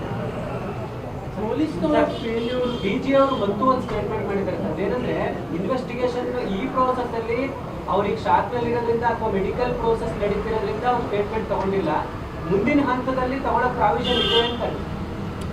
ಅದು that is a different thing. ಮುಂದೆ ತಗೊಳ್ಳೋದು ಬಿಡೋದು ಬೇರೆ ವಿಚಾರ. ಈಗ ಯಾಕೆ ತಗೊಳ್ಳಿಲ್ಲ ನಿನಗೆ? What prevented you?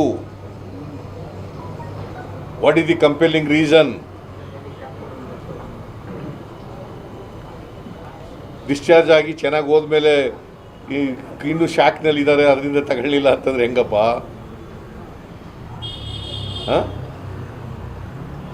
ಪೊಲೀಸರ ವೈಫಲ್ಯ ಆಗಿದೆಯೋ ಆಗಿಲ್ವೋ ಅನ್ನೋದಕ್ಕೆ ಒಂದು ರಿಪೋರ್ಟ್ ಬರಬೇಕು. ಆ ರಿಪೋರ್ಟ್ ಬಂದ ನಂತರದಲ್ಲಿ ನಾವು ನೋಡ್ತೀವಿ ಅಂತ ಸರ್ಕಾರ. ಯಾರು?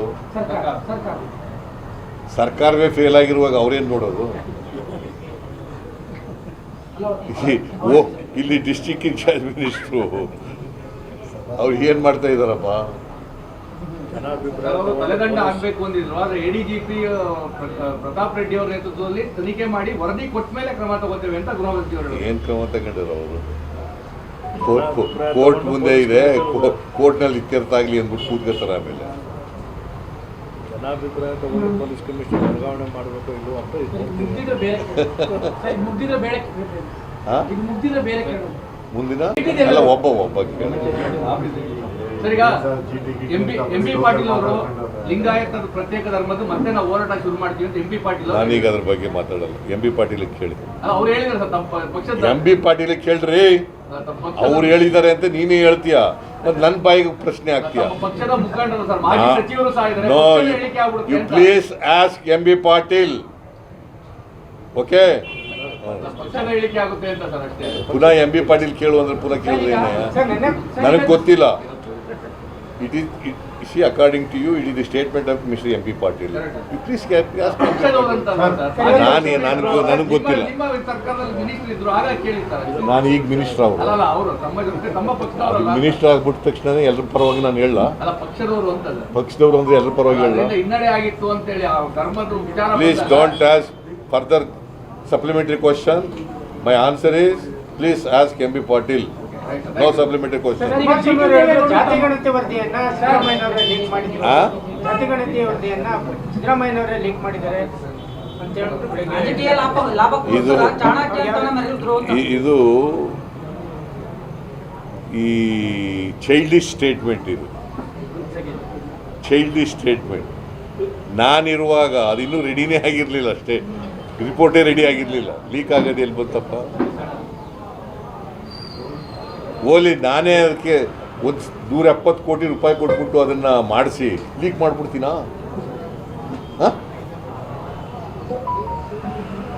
ಲೀಕ್ ಯಾಕೆ ಮಾಡೋಕ್ಕೆ ಹೋಗಲಿ ನಾನು? ಒಂದು ವೇಳೆ ರಿಪೋರ್ಟ್ ಬಂದ ಮೇಲೆಲ್ಲ ಲೀಕ್ ಆಗುತ್ತೋ ಇಲ್ವೋ ಅನ್ನೋದು. It was not completed. ಆಗ ನಾನಿರುವಾಗ ಕಂಪ್ಲೀಟ್ ಆಗಿದ್ದಿದ್ರೆ ನಾನೇ ರಿಪೋರ್ಟ್ ತಗೊಂಡು ಅದನ್ನು ಅಸೆಂಬ್ಲಿ ಮುಂದೆ ಇಡ್ತಿದ್ದೆ. ಇಲ್ಲ, ಅಂಶಗಳು ನೋಡಿ ತಾವು ಭಯ ಬಿದ್ಬಿಟ್ರಿ. ಆ? ಅಲ್ಲಿರೋ ಲೀಕ್ ಆದಂತ ಅಂಶಗಳು ನೋಡಿ ತಾವು ಭಯ ಬಿದ್ರಿ. ಯಾರು? ನಾನು ಅವರು ಏನಿದೆ ಅಂತ ಗೊತ್ತಿದೆಯಾ? ನನಗೆ ಗೊತ್ತಿದೆ, ರಿಪೋರ್ಟ್ ತಯಾರಾಗಿದ್ದೇನೆ. ಹೆಂಗೆ ಗೊತ್ತಾಗುತ್ತೆ? ಹಾಂ, ರಿಪೋರ್ಟ್ ತಯಾರಾದ ಮೇಲೆ ಅಲ್ವೇನ್ರಿ ಗೊತ್ತಾಗೋದು? ನಾ ತಗೊಂಡ್ಮೇಲೆ ಅಲ್ವೇನಪ್ಪ ಗೊತ್ತಾಗೋದು? ಅದಕ್ಕಿಂತ ಮುಂಚಿತವಾಗಿ ಗೊತ್ತಾಗ್ಬಿಡ್ತದ? It is a foolish and misleading statement. ಹಾಂ, ನಾನು ಹೇಳಿದ್ದೀನಿ ಆಲೇ ಬೆಂಗಳೂರಿನಲ್ಲಿ ನಿನ್ನೆ ನನ್ನೊಂದು ಸಾರಿ ಭೇಟಿ ಮಾಡಿದರು ಟಿ ಟಿ ದೇವೇಗೌಡ. ನಾನು JDS ಬಿಡಬೇಕು ಅಂತ ತೀರ್ಮಾನ ಮಾಡಿದ್ದೀನಿ, ಕಾಂಗ್ರೆಸ್ ಬರಬೇಕು ಅಂತ ಅಂದ್ಕೊಂಡಿದ್ದೀನಿ ಅಂತ ಹೇಳಿದ್ರು. ಆಯ್ತಪ್ಪ, ನನಗೇನಿಲ್ಲ ಬರ್ರಿ ಅಂತ ಹೇಳಿದೆ. ಬಟ್ ಹೈಕಮಾಂಡ್ನವ್ರ ಜೊತೆ ನಾನು ಮಾತಾಡಬೇಕು ಅಂತ ಹೇಳಿದೆ. ಹೈಕಮಾಂಡ್ನವ್ರ ಜೊತೆ ಮಾತಾಡಿ ಹೇಳಾಗಂಡು ಕೇಳ್ರಿ. ಸುಮ್ಮನೆ ನಾನು ಇನ್ನೂ ಮುಗಿಸೇ ಇಲ್ಲ, ಆಲೇ ನಿನ್ನ ಪ್ರಶ್ನೆ ಕೇಳಿದ್ರೆ ನಾನು ಹೇಳಿದ್ಮೇಲೆ ನಾನು ಹೇಳ್ತೀನಿ ನೋಡಪ್ಪ ಏನೇನು ನಡೆದಿದೆ ಅಂತ ಎಲ್ಲ ಹೇಳ್ತೀನಿ. ಆಮೇಲೆ ನಿಂಗೆ ಅನುಮಾನ ಬಂದರೆ ಏನಾರು ಪ್ರಶ್ನೆ ಕೇಳು. ಹೇಳಿದ್ಮೇಲೆ ನನಗೂ ಟಿಕೆಟ್ ಕೊಡಬೇಕು, ನನ್ನ ಮಗನಿಗೂ ಟಿಕೆಟ್ ಕೊಡಬೇಕು ಅಂತ ನಾನು ಒಟ್ಟಾರೆಯಾಗಿ ಹೈಕಮಾಂಡ್ ಜೊತೆ ಮಾತಾಡಬೇಕಪ್ಪ ಅಂತ ಹೇಳಿರೋದು ಬಿಟ್ಟರೆ ಅದಕ್ಕಿಂತ ಇನ್ನೇನೂ ನಡೆದಿಲ್ಲ. ಅವ್ರು ಹೇಳುವಂಥದ್ದು ನನಗೆ ಮತ್ತೆ ನನ್ನ ಮಗನಿಗೆ ಇಬ್ಬರಿಗೂ ಟಿಕೆಟ್ ಕೊಡ್ತೀನಿ ಅಂತ ಹೇಳಿದ್ದಾರೆ. ಎಲ್ಲಿ ಹೇಳಿದ್ದಾರೆ ಹಂಗಂತೆ ಮಾತಾಡ್ತಾ ಹೇಳಿರುವಂಥದ್ದು ಆ ಥರ ಹೇಳಿಲ್ಲ, ನಾವು ಹೇಳಿಲ್ಲ. ಅವರು ಅವನಿಗೆ ಆ ಥರ ಹೇಳಿದ್ದಾನೆ ಏನೋ ನಂಗೆ ಗೊತ್ತಿಲ್ಲ. ನಾನು ನೋಡಿದ ಸ್ಟೇಟ್ಮೆಂಟ್ ನೋಡೋದ ಪ್ರಕಾರ ಹಂಗೆ ಹೇಳಿಲ್ಲ ಅವ. ನನಗೆ ಗೊತ್ತಿರೋ ಮಟ್ಟಿಗೆ ಹೇಳೇ ಇಲ್ಲ. ನಾನು ಆ ಥರ ಒಪ್ಕೊಂಡಿಲ್ಲ. ಸರ್, ಇನ್ನೂ ಒಂದು ಮಾತು ಹೇಳಿದ್ದಾರೆ, ಚಾಮುಂಡೇಶ್ವರಿಯಲ್ಲಿ ನನ್ನನ್ನೇ ನಿಲ್ಕು ಅಂತ ಹೇಳಿದ್ದಾರೆ, ನೀನು ಬಂದ್ರೆ ನಾನು ನಿಲ್ಲಲ್ಲಪ್ಪ ಅಂತ ಹೇಳಿದ್ದಾರೆ ಅಂತ. ಯಾರು? ನೋಡಪ್ಪ, ಇನ್ನೂ ಅವ್ನು ಸೇರ್ಕೊಂಡಿಲ್ಲ. ಅಲ್ಲೇ ಟಿಕೆಟ್ ಎಲ್ಲ ನಿಂತ್ಕೊಳ್ಳೋದು ಕೊಂಡೋಗ್ಬಿಟ್ಟಿದ್ದೀರಿ. ಅಲ್ಲೇ ಎಲ್ಲಿ ನಿಂತ್ಕೋಬೇಕು ಕೇಳ್ರಿ. ಇಲ್ಲಿ ಅವರು ಪಾರ್ಟಿ ಬರ್ತೀವಿ ಅಂತ ಹೇಳಿದ್ರು. ನಾನು ಹೈಕಮಾಂಡ್ ಜೊತೆ ಮಾತಾಡ್ತೀನಿ ಅಂತ ಹೇಳಿದ್ದೀನಿ. ನನಗೆ ನನ್ನ ಮಗನಿಗೆ ಇಬ್ಬರಿಗೂ ಟಿಕೆಟ್ ಕೊಡಬೇಕು ಅಂತ ಹೇಳಿದ್ರು. ಎಲ್ಲನೂ ಹೈಕಮಾಂಡ್ ಜೊತೆ ಮಾತಾಡ್ತೀನಿ.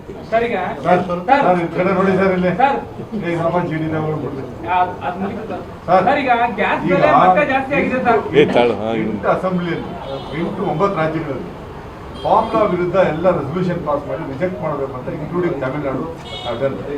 Will this assembly where you are ಏನು ಮುಂದಿನ ತಿಂಗಳಲ್ಲ ಸರ್, ಈ ತಿಂಗಳು ಈಗ ನೀವೇನಾದ್ರು ಇನ್ಸಿಸ್ಟ್ ಮಾಡ್ತೀರಾ ಕರ್ನಾಟಕ ರಾಜ್ಯನ ಫಾರ್ಮುಲಾನ ನಾವು ಕರ್ನಾಟಕ ರಾಜ್ಯದಿಂದ ನಾವು ಇಂಪ್ಲಿಮೆಂಟ್ ಮಾಡಬಾರ್ದು ಅಂತ ನೀವು ರೆಸಲ್ಯೂಷನ್ ಪಾಸ್ ಮಾಡೋಕ್ಕೆ ಒತ್ತಡ ತರ್ತೀರಾ? ಯಾವುದಕ್ಕೆ? ಕೃಷಿ ಕಾಯ್ದೆನ ನಾವು ವಿರೋಧ ಮಾಡಿದ್ದೀವಿ. Congress party both at the center and at the state. We have opposed the laws passed in respect of agriculture. No, sir. My question is, will you insist the government to pass a resolution, say, opposing it, and you want ಕರ್ನಾಟಕದಲ್ಲಿ implement ಮಾಡಬಾರ್ದು ಅಂತ ನೀವು oppose ಮಾಡೋಕ್ಕೆ ಒಂದು resolution pass ಮಾಡ್ತೀರಾ ಅಂತ? Because we are not in the power. BJP is in power. ಅವ್ರದ್ದು majority ಇರೋದು ಅವರು. ಈಗ ನಾನು ನೋಡೋಣ ಅವ್ರ ಪರಿಸ್ಥಿತಿ ನೋಡ್ಕೊಂಡು, but you will raise it in the assembly. ಅದು ನೋಡ್ಕೊಂಡು ಅದನ್ನು ಆಮೇಲೆ ಮಾತಾಡ್ತೀವಿ ಮುಂದೆ ತೀರ್ಮಾನ. ಬಿಕಾಸ್ ಲೆಜಿಸ್ಲೇಚರ್ ಪಾರ್ಟಿನಲ್ಲೆಲ್ಲ ತೀರ್ಮಾನ ಮಾಡಬೇಕು, ಅವೆಲ್ಲ ಆಗಬೇಕಾಗತ್ತೆ. ಅವೆಲ್ಲ ಮಾಡ್ದೇನೆ ನಾನೇ ಏಕಾಏಕಿ ಅವೆಲ್ಲ ಏನು ಸ್ಟೇಟ್ಮೆಂಟ್ ಮಾಡೋದು. But we are totally against the draconian laws passed by the centre. Sir, gas ಬೆಲೆ ಮತ್ತು ತರಕಾರಿ ಬೆಲೆಗಳು ಮತ್ತೆ ಜಾಸ್ತಿ ಆಗಿದೆ. ಇವತ್ತಿಂದ ಗ್ಯಾಸ್ ರೇಟ್ ಮತ್ತೆ ಜಾಸ್ತಿ ಮಾಡಿದೆ ಸರ್. ರಾತ್ರಿ 25 ರೂಪಾಯಿ ಜಾಸ್ತಿ ಆಗಿದೆ. ಯಾಕಂದರೆ ಅಚ್ಚೇ ದಿನ ಬರ್ತದೆ ಅಂತ ಹೇಳಿದ್ರಲ್ಲ, ಅದಕ್ಕೆ ಹಿಂಗೆಲ್ಲ ಮಾಡ್ತಾರೆ. ಅಚ್ಚೇ ದಿನ ಬರ್ತದೆ ಅಂತ ಹೇಳಿದ್ರಲ್ಲ ಪ್ರಧಾನಮಂತ್ರಿಗಳು, ಅದಕ್ಕೆ ಗ್ಯಾಸು ಮನಮೋಹನ್ ಸಿಂಗ್ರವ್ರ ಕಾಲದಲ್ಲಿ 414 ರೂಪಾಯಿ ಇತ್ತು ಒಂದು ಸಿಲಿಂಡರ್. ಗ್ಯಾಸು ಬೆಲೆ 414 ರೂಪಾಯಿ. ಇವತ್ತು 862 ರೂಪಾಯಿ ಆಗಿದೆ.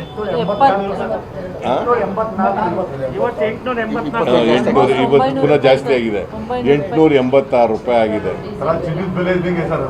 ಇದು ನರೇಂದ್ರ ಮೋದಿ ಅವರು ಅಚ್ಚೇ ದಿನ ಆಯೇಗ ಅಂತ ಹೇಳಿದ್ರಲ್ಲ, ಅಚ್ಚೇ ದಿನ ಆಯಂಗ ಆಯೇಗನ ಆಯೇಗ ಆಯೇಗ ಅಚ್ಚೇ ದಿನ ಆಯೇಗ ಇದನ್ನೇನೆ ಅಚ್ಚೇ ದಿನ ಅಂತ ಹೇಳಿದ್ರ?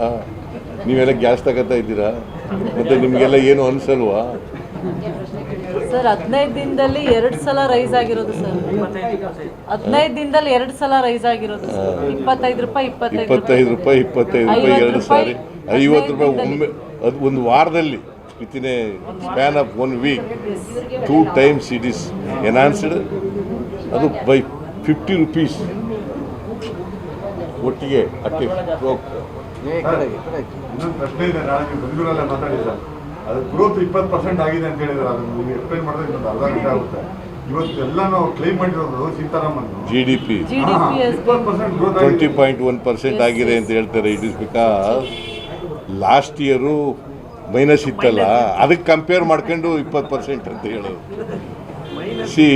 ಅದರಿಂದ ವರ್ಷ ಇತ್ತಲ್ಲ, ಕೊರೋನಾ ಬರೋಕ್ಕೆ ಮುಂಚಿದ್ದಾಗಿತ್ತಲ್ಲ, ಅದಕ್ಕೆ ಎಷ್ಟು ಪರ್ಸೆಂಟ್ ಬೆಳವಣಿಗೆ ಆಗಿದೆ ಅಂತ ಹೇಳಬೇಕು ಅಲ್ವಾ? ಮೈನಸ್ ಗ್ರೋತ್ ಇರುವಾಗ ಅದಕ್ಕೆ ಕಂಪೇರ್ ಮಾಡ್ಕೊಂಡು ಹೇಳೋದು.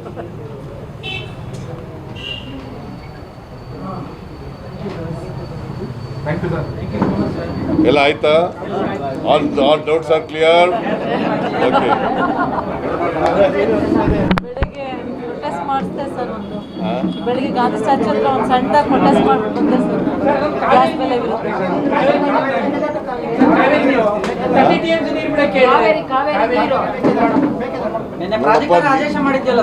ನೀರು ಇದ್ರೆ ಸುಪ್ರೀಂ ಕೋರ್ಟ್ ಆರ್ಡರ್ಸ್ನ ಪಾಲನೆ ಮಾಡಬೇಕಾಗುತ್ತೆ. ನೀರಿಲ್ಲದೆ ಹೋದರೆ ಇಲ್ಲ, ನೀರಿದ್ರೆ ಅದನ್ನು ಬಿಡಬೇಕು ಅಷ್ಟೇ. ನೀರಿಲ್ಲ ಅಂತಂದರೆ ಬಿಡೋಂಗಿಲ್ಲ. ಸಂಕಷ್ಟದ ವರ್ಷಗಳಲ್ಲಿ ಇಲ್ಲ, ಸಂಕಷ್ಟದ ಸೂತ್ರ ಫಾಲೋ ಮಾಡಬೇಕು. Depending upon the water storage.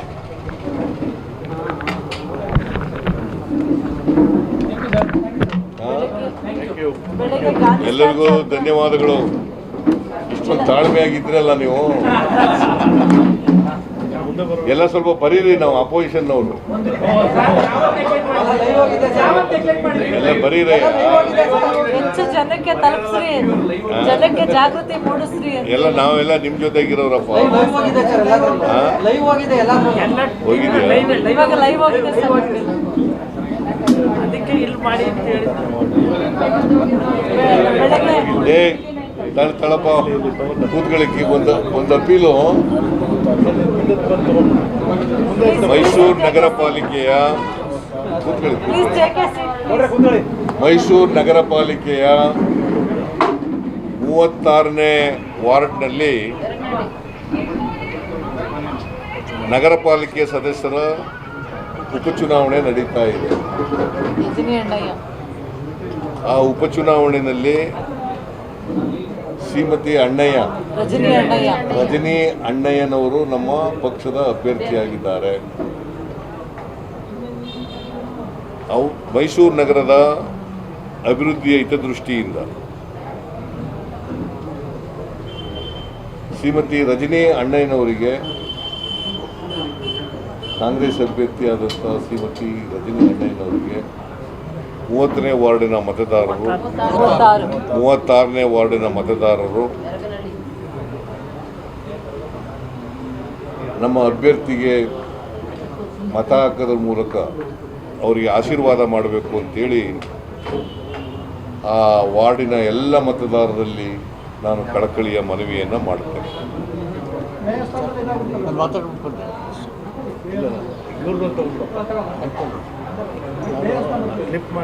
Shrimati Rajani ಅಣ್ಣಯ್ಯ ಅವರು ಸ್ಪರ್ಧೆ ಮಾಡಿದ್ದಾರೆ. 3ನೇ ತಾರೀಕು ಚುನಾವಣೆ ನಡೆಯೋದ್ರಿಂದ ಅವರ ಸೀರಿಯಲ್ ನಂಬರ್ 1 ಹಸ್ತದ ಗುರುತಿಗೆ 36ನೇ ವಾರ್ಡ್ ನಂಬರ್ನ ಎಲ್ಲ ಮತದಾರರು ಚುನಾವಣೆಯಲ್ಲಿ ಶ್ರೀಮತಿ ರಜನಿ ಅಣ್ಣಯ್ಯನ ಆಯ್ಕೆ ಮಾಡೋದ್ರ ಮುಖಾಂತರ ಮೈಸೂರು ನಗರ ಮತ್ತು 36ನೇ ವಾರ್ಡಿನ ಜನರ ಅಭಿವೃದ್ಧಿಗೆ ಹೆಚ್ಚು ಸಕ್ರಿಯವಾಗಿ ಕೆಲಸ ಮಾಡೋದಕ್ಕೆ ಆಶೀರ್ವಾದ ಮಾಡಿ ಕಾಂಗ್ರೆಸ್ ಪಕ್ಷದ ಅಭ್ಯರ್ಥಿ ರಜನಿ ಅಣ್ಣಯ್ಯರನ್ನು ಆಯ್ಕೆ ಮಾಡಬೇಕು ಅಂತೇಳಿ 36ನೇ ವಾರ್ಡ್ನ ಎಲ್ಲ ಮತದಾರರಿಗೆ ನಾನು ಕಳಕಳಿಯಿಂದ ಮನವಿ ಮಾಡ್ತೀನಿ. Thank you sir. ಬಾಯ್. ಬೆಳಗ್ಗೆ ನಮ್ಮ ಗ್ಯಾಸ್ ಬೆಲೆ ವಿರುದ್ಧ ನಾವು ಮಾಡಿದ ಪ್ರತಿಭಟನೆಗೆ ಬಂದಂಥ ಎಲ್ಲ ದೃಶ್ಯ ಮಾಧ್ಯಮ ಮತ್ತು ಮುದ್ರಣ ಮಾಧ್ಯಮದ ಮಿತ್ರರಿಗೆ ಮಹಿಳಾ ಕಾಂಗ್ರೆಸ್ ವತಿಯಿಂದ ಧನ್ಯವಾದಗಳು.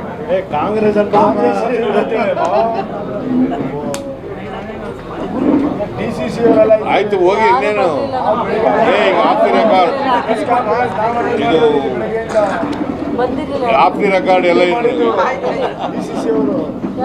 ಯಾವುದು ಆಗ್ತಿಲ್ಲ ಸರ್, ಎಲ್ಲ ಬೆಳಗ್ಗೆ ನಾನು ಹೇಳಿ ಆಫ್ತಿ ರೆಕಾರ್ಡ್ ಅಂತ ಹೇಳಿದ್ದೀನಿ ಎಲ್ಲ ಇನ್ನು ಬಾಕಿ ಲೋಕಾರೂಢಿಯಾಗಿ ಮಾತಾಡೋದು ಇವೆಲ್ಲ. ಆಫ್ತಿ ರೆಕಾರ್ಡ್ ಬೆಳಿಗ್ಗೆ ಹೋಗಿ ನೀವು ಇವತ್ತು ಅಲ್ಲಿ ಕ್ಯಾನ್ವಾಸಿಂಗ್ ಬರೆದ್ರೆ ಇವತ್ತು ಯಾರಿಗೂ ಅವಕಾಶ ಇಲ್ಲ, ಅದಕ್ಕೆ ಬೇರೆ ಕಡೆಗೆ